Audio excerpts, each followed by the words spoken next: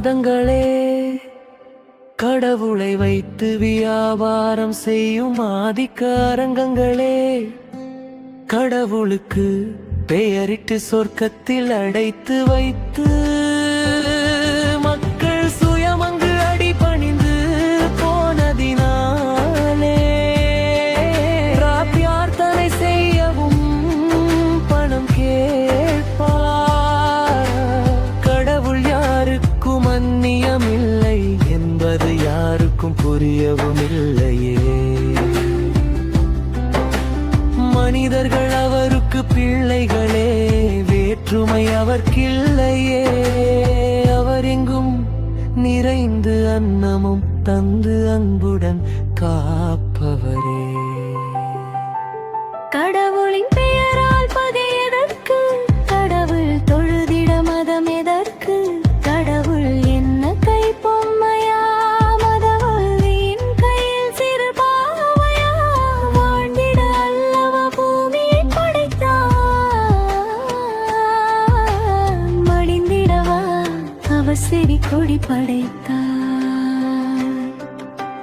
மதத்தின் பெயரால் பிரிவினைகள், நானே பெரிதென்ற பாவனைகள், தலைமுறை அழிந்தாலும் தரணியே அழிந்தாலும் சொர்க்கத்தில் வாழ்வெங்கள் வெட்டி விளம்பரங்கள்.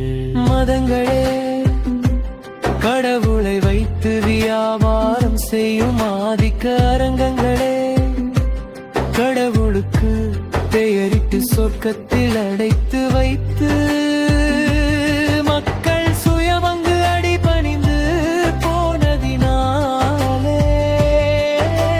பிரார்த்தனை செய்யவும் பணம் கேட்பார்.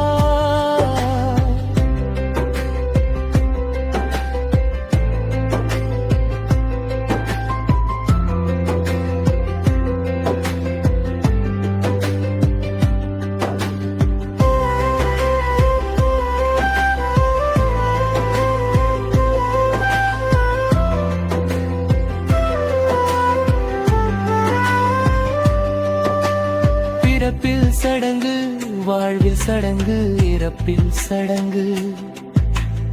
ஒன்றும் அறியாத குழந்தைக்கும் மதச்சடங்கு.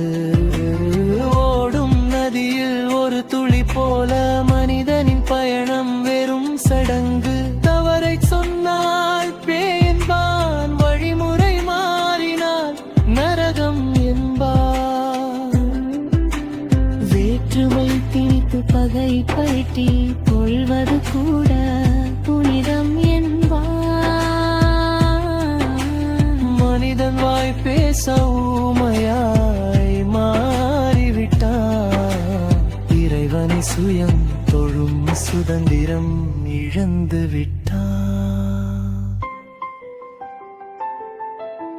மதங்களே கடவுளை வைத்து வியாபாரம் செய்யும் ஆதிக்க அரங்கங்களே, கடவுளுக்கு பெயரிட்டு சொர்க்கத்தில் அடைத்து வைத்து